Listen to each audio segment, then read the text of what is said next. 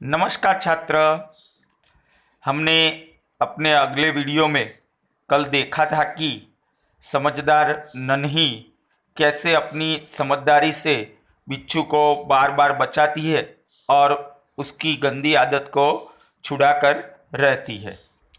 तो आज हम समझदार नन्ही कहानी का भावार्थ पढ़ेंगे और उसे समझेंगे।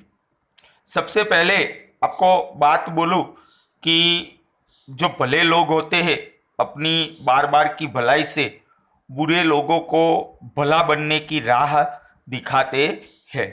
हमारे समाज में भी बहुत सारे बुरे लोग हैं और उनको अपनी अच्छी आदतों से कुछ लोग ऐसे होते हैं कि उनको अच्छा बनने की राह दिखाते हैं। और इसी बात को लेकर यहाँ पर समझदार नन्ही में हमें कुछ बातें समझाई गई है।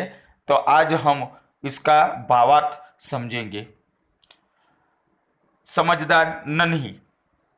नन्ही बतख जब तट पर आई तो उसने देखा कि एक बिच्छू दलदल में फंसा है। देखिए छात्र कि नन्ही बतख यानी बतख का नाम था नन्ही। वह जब तट पर आई तो तट यानी किनारा, समुद्र का हो, नदी का हो या तालाब या सरोवर का हो, जिसे क्या कहते हैं, किनारा। तो नन्ही ने देखा कि एक बिच्छू बिच्छू दलदल में फंसा हुआ है। दलदल यानी जो गीली जमीन होती है जिसे हम कीचड़ कहते हैं वह। तो नन्ही ने देखा कि एक बिच्छू की जान खतरे में है, वह दलदल में फंसा हुआ है। तब बिच्छू ने नन्ही से प्रार्थना की। प्रार्थना करना यानी कि विनती करना, बहन मुझे बचा लो। नन्ही को उस पर दया आ गई। उसने बिच्छू को दलदल से उठाकर सूखे स्थान पर रख दिया। अब देखिए बिच्छू को शैतानी सूझी। उसने नन्ही को डंक मार दिया। नन्ही ने बिच्छू को बचाया, फिर भी बिच्छू ने अपने स्वभाव के अनुसार उसे डंक मार दिया। नन्ही पीड़ा से तड़प उठी। उसने बिच्छू से पूछा, क्यों भाई, तुमने मुझे डंक क्यों मारा? बिच्छू लापरवाही से बोला, कभी कभी हमारी माँ हमें कुछ काम करने के लिए कहती है, हमारे पिताजी हमें कुछ काम करने के लिए कहते हैं तो हम लापरवाह होते हैं, यानी कि कुछ भी वक्त ध्यान में नहीं रखते हैं। तो बिच्छू लापरवाही से बोला, क्या करूं, डंक मारना मेरा स्वभाव है। नन्ही बोली, तुम यह गंदी आदत छोड़ दो, नहीं तो कोई मुसीबत में तुम्हारी रक्षा नहीं करेगा।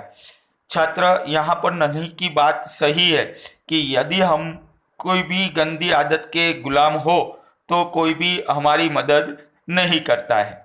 और इसी बात को ध्यान में रखकर बिच्छू उसकी बात अनसुनी कर आगे बढ़ गया।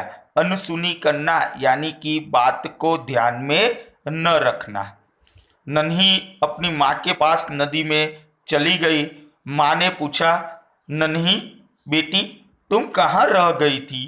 नन्ही बोली, माँ एक बिच्छू दलदल में फंस गया था, उसे बचाने में देर हो गई।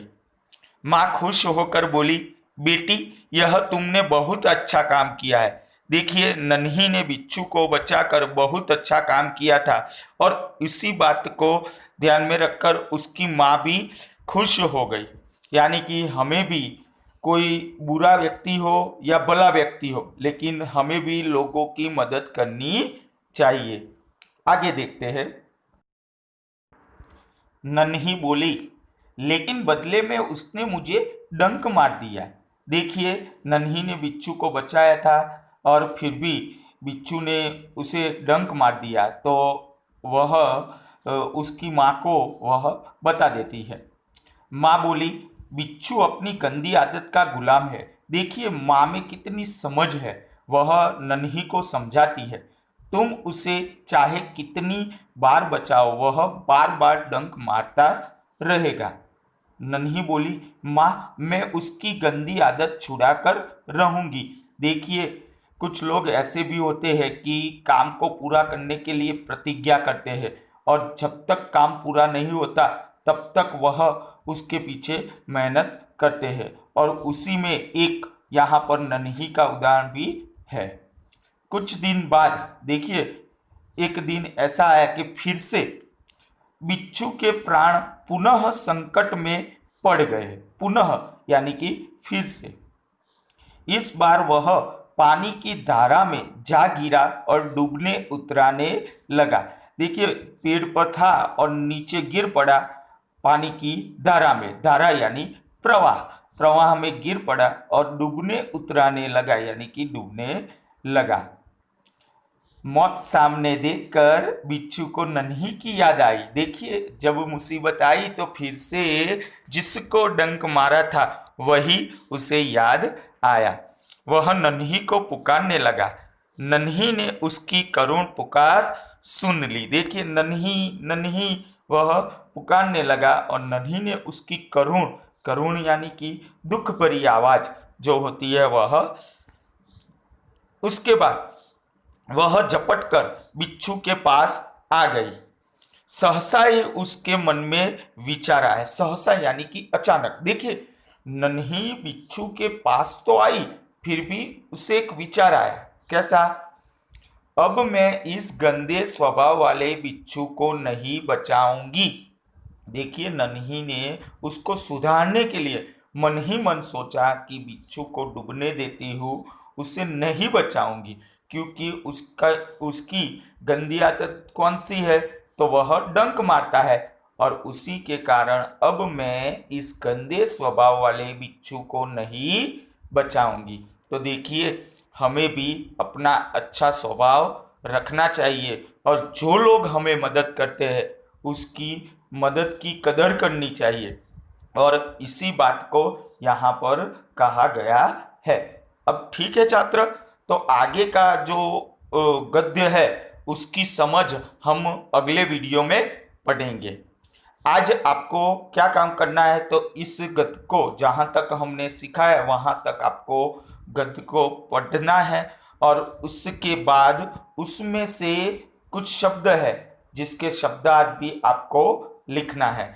मैं एक कॉपी में उसके शब्दार्थ लिखकर, उसका अर्थ लिखकर मैं आपको भेजूंगा। आपको शब्दार्थ लिख देना है और तैयार भी कर देना है। तो छात्र, आगे का गद्य हम कल पढ़ेंगे। ठीक है, एक बार इस गद्य को पढ़ना है आपको।